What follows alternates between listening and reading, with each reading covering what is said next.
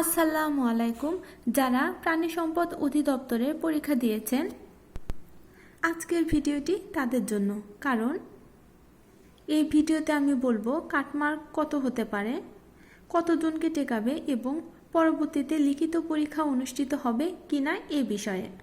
তাই যারা 2 মে 2025 এই তারিখে প্রাণী সম্পদ অধিদপ্তরের নিয়োগ পরীক্ষায় অংশগ্রহণ করেছিলেন, আশা করি আজকের ভিডিওটি দেখলে উপকৃত হবেন। By the way, turning point with Fahiya YouTube চ্যানেলে আপনাদের স্বাগতম। এখানে আপনারা পাবেন job circular, job exam notice, job exam suggestion এবং জব প্রিপারেশন রিলেটেড বিভিন্ন ভিডিও। তার আগে বলি, অনেকেই হয়তো জানেন না কাটমার্ক কি। কাটমার্ক সাধারণত সেই নাম্বারটাকে ধরা হয় সর্বনিম্ন যে নাম্বার পেয়ে কোনো পরীক্ষায় আপনি উত্তীর্ণ হবেন, ওই নাম্বারটাকে সাধারণত কাটমার্ক ধরা হয়। আর যেহেতু সরকারি চাকরিতে প্রার্থীদের প্রাপ্ত নম্বর প্রকাশ করা হয় না, তাই কাটমার্ক আসলে কত এটা কিন্তু কেউ সঠিকভাবে বলতে পারবে না। আজকে যারা পরীক্ষায় অংশগ্রহণ করেছে তাদের মধ্যে অনেকের সাথে আমার কথা হয়েছে যাদের প্রস্তুতি অনেক ভালো ছিল এবং পরীক্ষা খুব ভালো দিয়েছে।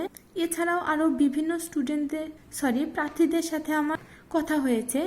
তাদের সাথে কথা বলে আমি যে ধারণাটি পেলাম, মানে কত নাম্বার পেলে পরবর্তী পরীক্ষার জন্য উত্তীর্ণ হতে পারবেন, সম্ভাব্য একটি কাটমার্ক আমি এই ভিডিওতে বলবো। তার আগে প্রাথমিক একটি ধারণা আমরা নিয়ে নিই।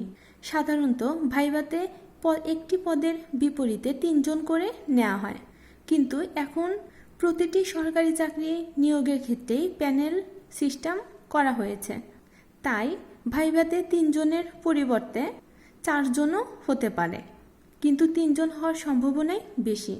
যেহেতু আজকে এমসিকিউ পরীক্ষা ছিল এবং প্রার্থীদের উপস্থিতির সংখ্যাও মোটামুটি ভালোই ছিল, কারণ বিভিন্ন নিয়োগ পরীক্ষা একই দিনে অনুষ্ঠিত হলে সব প্রার্থী কিন্তু সব কয়টি পরীক্ষাতেই অংশগ্রহণ করতে পারে না।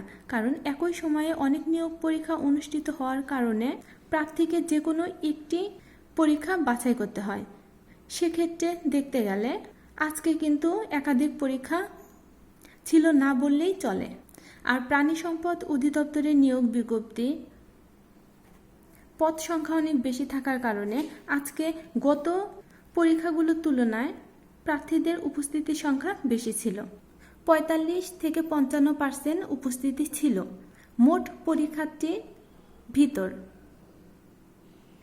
তাই যদি 2 থেকে 3 হাজার প্রার্থীকে নির্বাচন করে তাহলে 50+ কাটমার্ক লাগবে। যদি পরবর্তী পরীক্ষার জন্য 4000 জনকে নির্বাচন করে তাহলে 45+ কাটমার্ক লাগবে, মানে 45+ নাম্বার লাগবে। আর যদি 5 থেকে 6000 জন বা তারও অধিক প্রার্থী নির্বাচিত করে তাহলে নাম্বার লাগবে 40 অথবা 36+।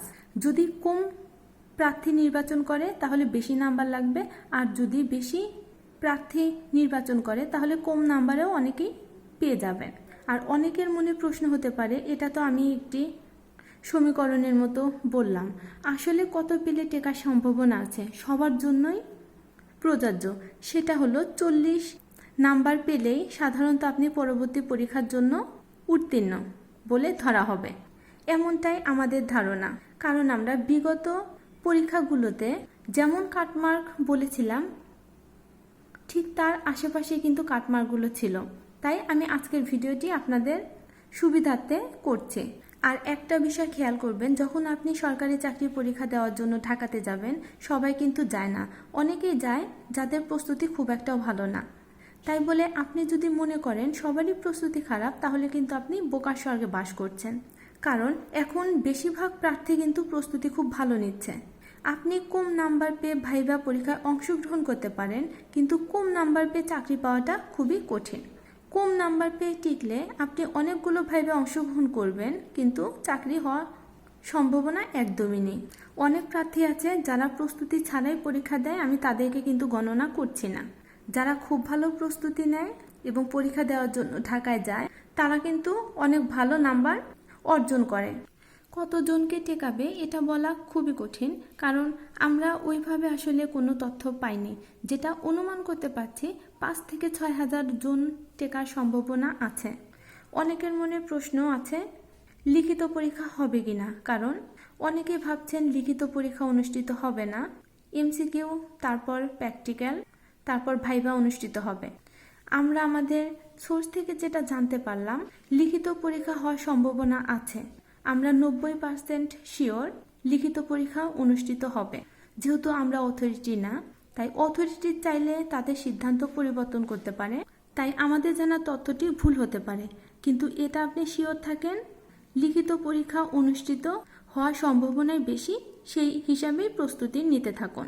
আর প্রাণী সম্পদ অধিদপ্তর এবং ভূমি রেকর্ড ও জরিপ অধিদপ্তর লিখিত পরীক্ষার জন্য কি কি পড়বেন এ নিয়ে আমি একটি সাজেশনমূলক ভিডিও দেব। আশা করি ভিডিওটি দেখলে উপকৃত হবেন।